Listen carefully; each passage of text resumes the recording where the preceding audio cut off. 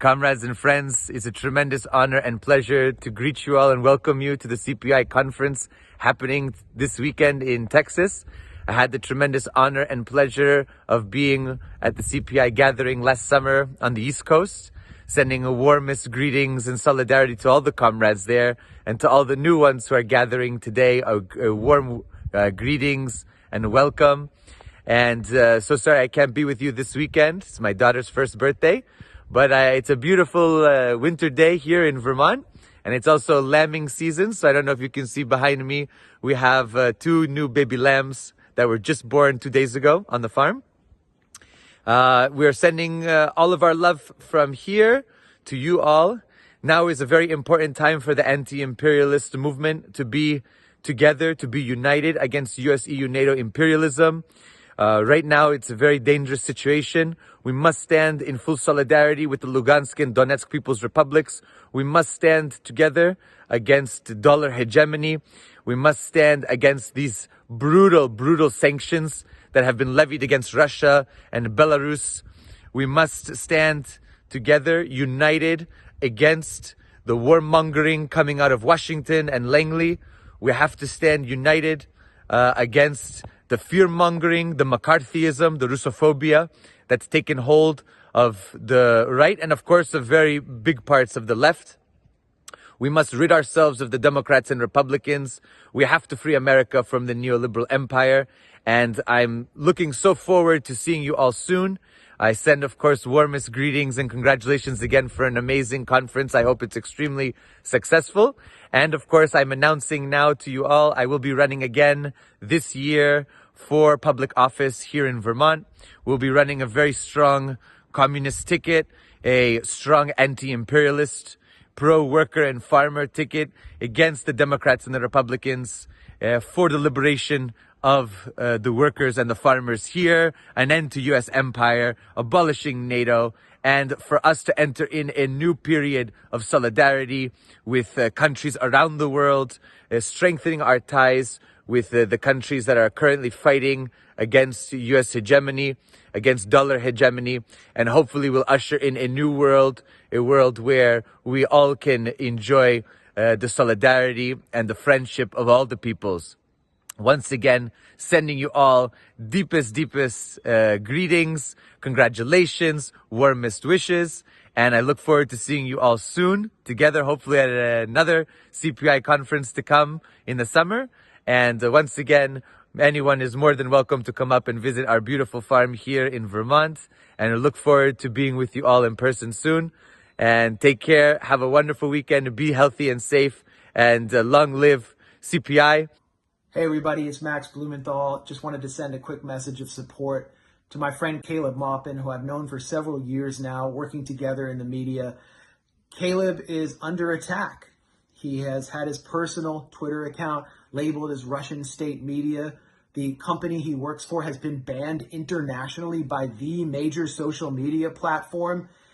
And he is being attacked because of his clear, principled opposition to NATO's assault on Russia and on any country that opposes its bid for unipolar dominance.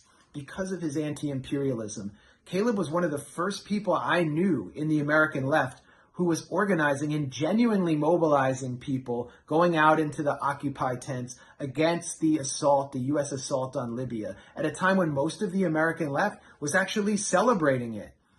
He was doing that because he had a clear understanding of imperialism and where it would lead, and he's continued to sharpen his perspective.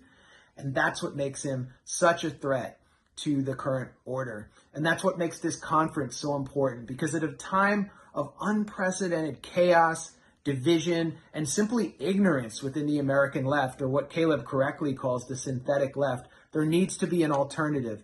And the only way to build that alternative is with political education.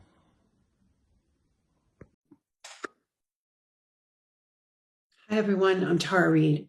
First, I want to thank Caleb Maupin and the Center for Political Innovation for having me come and speak. And also my fellow speakers, Jackson Hinkle, Samira Khan. You know who you are. You're amazing and fantastic. And I'm humbled to be on the same platform as you. And so for all of you that are watching and listening, you're already questioning what's happening in our world right now. So let me tell you a little bit about myself briefly, if you don't know me, and then let's talk about what's going on. My name is Tara Reade. As I said, I was a former U.S. Senate staffer for Joseph Biden, and I was sexually assaulted by him. I came forward in 2019 with 7 other women about his behavior and sexual misconduct, and then in 2020, I came forward with my full history. After that, I was completely vilified and attacked by the corporate media. I was threatened with my life. I was threatened with prison twice. I've been called a traitor. I've been called every name you can imagine. I've been slut shamed and class shamed. And this was a lot done by the corporate Western media, including New York Times, Washington Post, CNN, Politico. If you Google my name, you'll see the hit pieces there, right there for you to find. Meanwhile, Google has those hit pieces up, but they took down my podcast, The Politics of Survival, that a lot of those podcasts focused on survivors that came forward about powerful people that were suppressed. So the irony is not lost. What I wanted to talk about today is obviously what's on everyone's mind, and I want to bring you forward to how I came to where I am. I was born in California. I grew up on a farm in Wisconsin. My mother was an anti-war activist. My brothers were quite a bit older than me and also, quite politically, active. My great-grandmother was a communist, and she's, kind of hung with the Jack Reade crowd. Jack Reade was a person who was very much into workers' rights back in the day. And I grew up with a different world vision. I grew up with a very, my parents had traveled all over the world. I had different views. My father tended to be more conservative, and he was kind of part of that military industrial complex. My mother was a political activist. So, I was used to political cognitive dissonance from a young age, so to speak. When I was a little girl, I brought to school Karl Marx book, and I was telling all the kids, I was about 8 or 9, a different way to think, like maybe they didn't have to go to church, and maybe there was this view. And anyway, there was a meeting. The principal called my parents in. I was no longer allowed to bring my book of Karl Marx in or talk about it. They wanted to channel my leadership skills, is what they said. So they put an orange sash on me with a little badge to become a bus patrol. So I was like to inform on anyone that was misbehaving on the bus. So basically they just tried to make me a fascist. So, it worked for a while because I like the orange sash and the badge. Everyone loves a badge, right? When you're 8 or 9. Anyway, I'm telling that story because it's funny, but it's also kind of poignant because we have suffered so much suppression and so much misunderstanding with other cultures and other political ideologies. And it's ingrained in us from a young age, unless we have others around us to kind of, open the door and open our eyes to something different. So what I would say to you is right now we're hearing a lot of dire news. We're seeing censorship on a level I have never seen in my lifetime. I mean, as many of you know, I mentioned I was pretty vilified in 2020.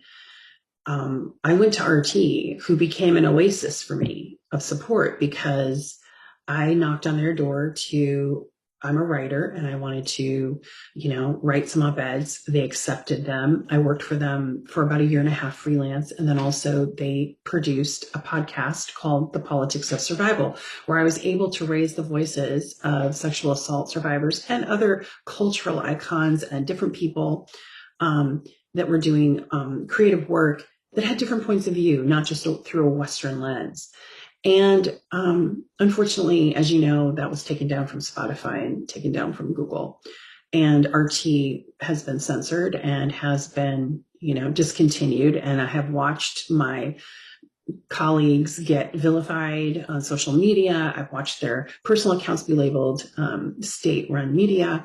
And it's been stunning to watch the hate and the vitriol and the bigotry. Now, I know some of these are troll farms paid for by who, the Biden administration, the Democratic National Committee, and those billionaires that want to form this message and want people to jump on this message and virtue signal yellow and blue and all of this,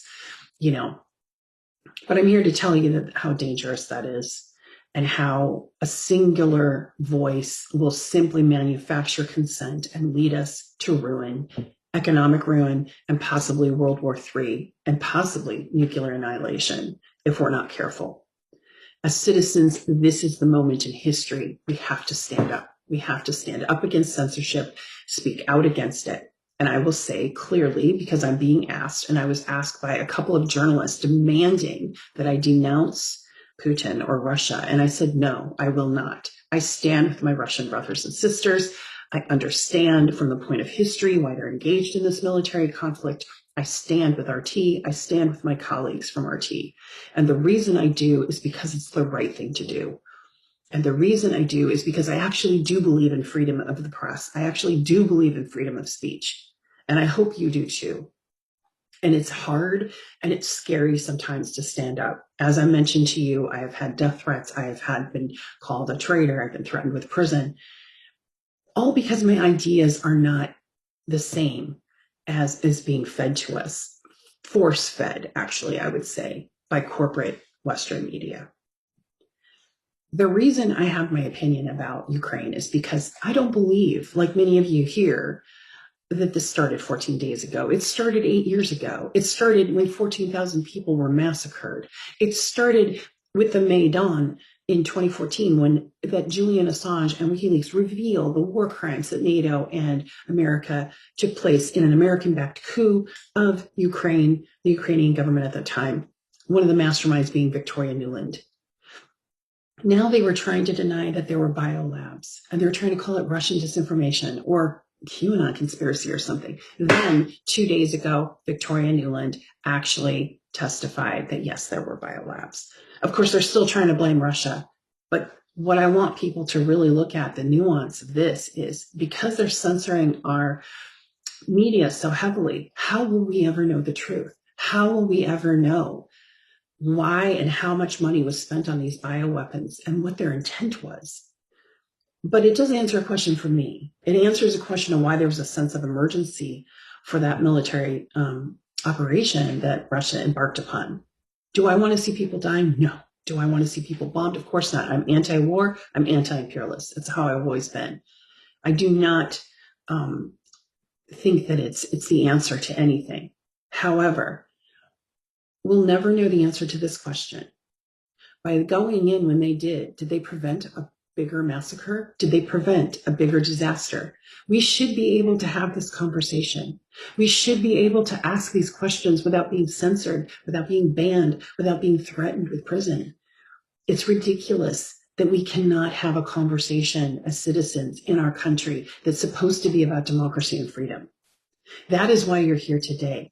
This is the time to take action because the reality is, and this is my opinion, that we are moving towards the East economically. The emerging markets are from China and from Russia and from the other countries. Our Western empire is falling. It's failing because it won't take care of its people. It won't educate people. It won't house people.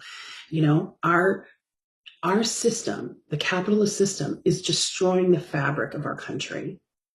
So that we've come to a point in history that instead of fighting Nazis and fascists, America is actually funding neo-Nazis and funding fascism and engaging in censorship of an unprecedented form.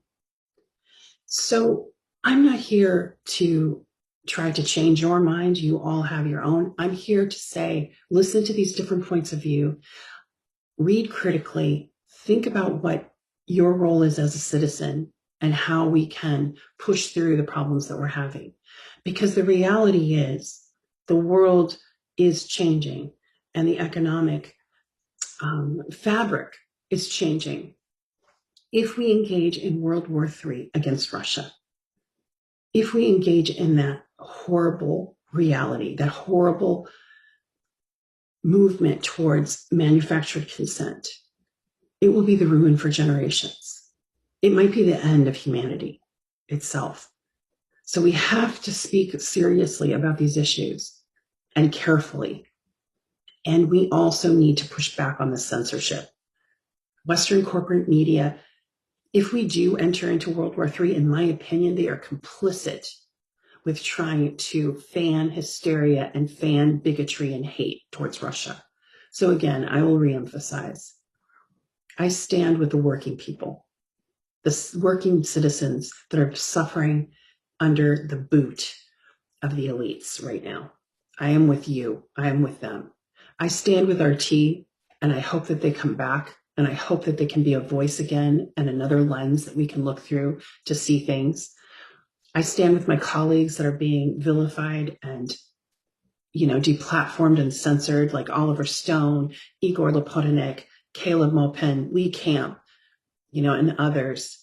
I'm with you. My heart's with you. We need our voices to be heard.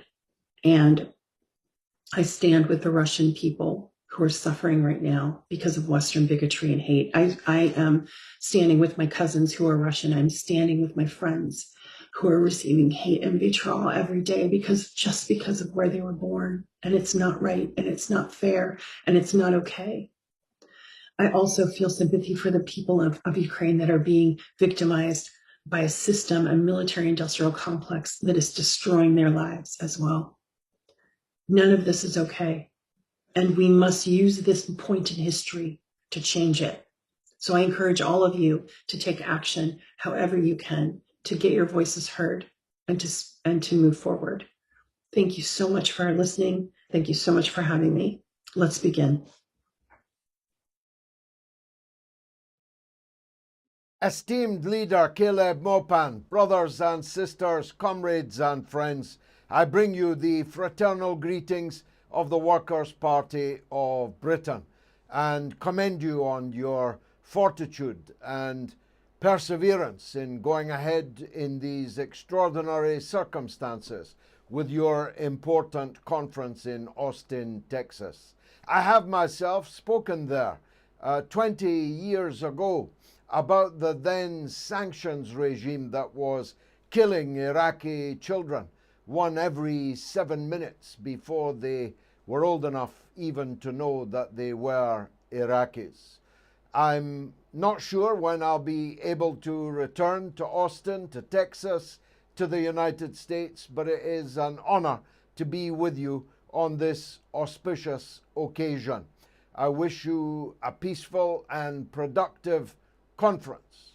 The Center for Political Innovation and its leader Caleb Maupin have been lighting the path for patriotic Americans to find a way forward from the grimness of the neoliberal orthodoxy. The great English man of letters, Dr. Johnson, once said, "There is no dictatorship so grim as the dictatorship of the prevailing orthodoxy." The prevailing orthodoxy today is neoliberalism and war, two sides of the same coin, two cheeks of the same ass. They cannot be separated. One ineluctably belongs with the other. And the working people of America, as the working people of Britain, know very well just where this path of neoliberalism and war leads. We've been in this movie before. I was in Texas talking about the war, economic war on Iraq. It very soon led to the hottest possible war. By day 14 of the Anglo-American invasion of Iraq, hundreds of thousands of people lay dead, almost all of them civilians. Remorseless bombardment with the world's most fearsome weapons laid waste the cities and towns and villages of Iraq, which was by then almost defenseless. The situation we find ourselves in today is that the extreme crisis, the extraordinary crisis of American and Western capitalism is seeking ways out at the expense of poor people in other parts of the globe. As I address you, British and American weapons are raining down on the defenseless people of Yemen. And in fact, British and American officers are in the command and control centers that are guiding the aeroplanes of the Saudi and Emirati air forces in to drop and fire their weapons that were sold to them by Britain and the United States. But of course, the world cares little for the moment of the agony, the calvary of the people of poor Yemen, as it cares little for the crucifixion of the Palestinian people on a daily basis in Jerusalem, in the West Bank, and most of all in the Gaza Strip, where 2 million people are held prisoner and are shot at like fish in a barrel by, again, weapons supplied, this case, by the United States. A state of Israeli occupation made possible only by the apparently endless subventions of American taxpayers' dollars to the occupying force. But the world is looking elsewhere. It is looking at the agony of the Ukraine. But the agony of Ukraine, in their mind, began 14 or so days ago. But in truth, thanks to Caleb Mopan and the Center for Political Innovation in America, we know that the war on the Ukraine began not by a Russian incursion into the country and not 14 days ago, but all of 8 years ago. Although the number 14 is important. 14,000 Ukrainians were slaughtered by the Ukrainian armed forces and their advance guard, the ultra-nationalist and even neo-Nazi forces that were right on the front line doing the killing. But nobody wanted to know about those Ukrainians. They were the wrong type of Ukrainians, just like the Yemenis and the Palestinians are the wrong type of victims. We see through this fog of hypocrisy, and we do our best to dispel it. The clarity of our vision and the clarity of how we express it will be crucial in the months and years to come. I just want to say one more thing before wishing you well in the rest of your conference. The Workers' Party of Britain does what it says on the tin. It doesn't imagine a country that we might live in. It doesn't imagine an elsewhere that we can be. It starts from the material reality that we are British workers living and working in Britain. It starts from the material reality that if we are going to change Britain, we need to change the minds of British people. And that will not be achieved by a kind of traditional ultra-left self-hatred of our own people, of our own culture, of our own land. That's no way forward. It might make people feel good. It might make them feel virtuous, but it is no direction home. The only direction home for us is to change our own people. And that means accentuating the fact that we are part of them. We are their sons. We are their daughters. We are living the lives that they are living, and as the gas prices rocket and as the commodity crisis intensifies and the financial crisis coming up fast behind hits again like a hammer blow to the living standards of the people of America, the Center for Political Innovation will become very much more important than it is now.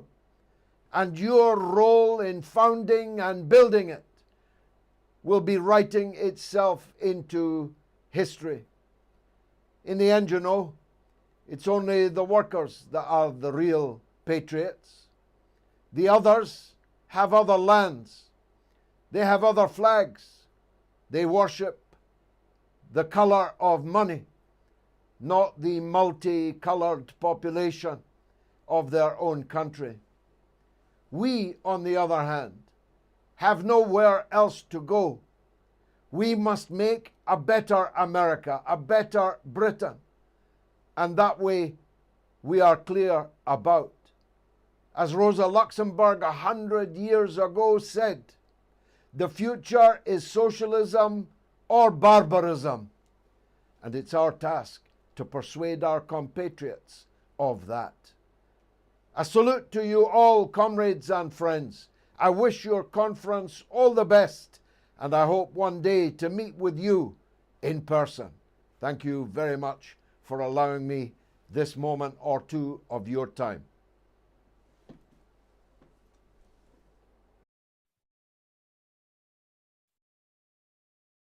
Comrades, on behalf of the Communists of Britain, I bring our warmest greetings to all of you meeting in Texas this weekend. We wish your event great success and hope very much that it will be a useful step in the process of reorganizing the US working class for socialism. And we're being given fresh proofs that this reorganization is desperately needed on a yearly, a monthly, even on a daily basis. The COVID-19 pandemic highlighted just how brutally unequal our society is and how unfit monopoly capitalism is to take care of even the most basic needs of the people. Today, we're being given fresh proofs of the need to rid ourselves of the rule of monopoly capital. We see how capitalist production entrenches and widens inequality from day to day. And we see how in the drive to win the battle of competition and in a desperate bid to escape the inescapable economic crisis their system created, our rulers are constantly driven to war. Wars for domination and control, wars for resources and for markets, wars to stamp out rivals or impediments to the extraction of maximum profit. As I'm recording this message, 30 years of slow motion aggression against Russia have finally led the Russians to take action in Ukraine, not to start World War III, but to try to prevent it, if at all possible, by removing the huge stockpiles of weapons that the West has planted on Ukrainian territory, and by disarming the Nazi gangs whom the West harbored all through the Cold War, who were replanted back into the country after the fall of the Soviet Union, and who have been receiving imperialist weapons and training for the last decade and more. Why did the NATO countries do all this? Why are they so set on wiping out not just Russia, but China as well? It's because just by existing as independent economic and political entities, Russia and China are an impediment to the monopolist drive for maximum profit. Not only that, but when they offer development aid or military backing, Russia and China can help other poorer countries break free of imperialist chains as well. So Russia and China may well be a threat to the expansion of monopoly capital, for capital must expand or it dies.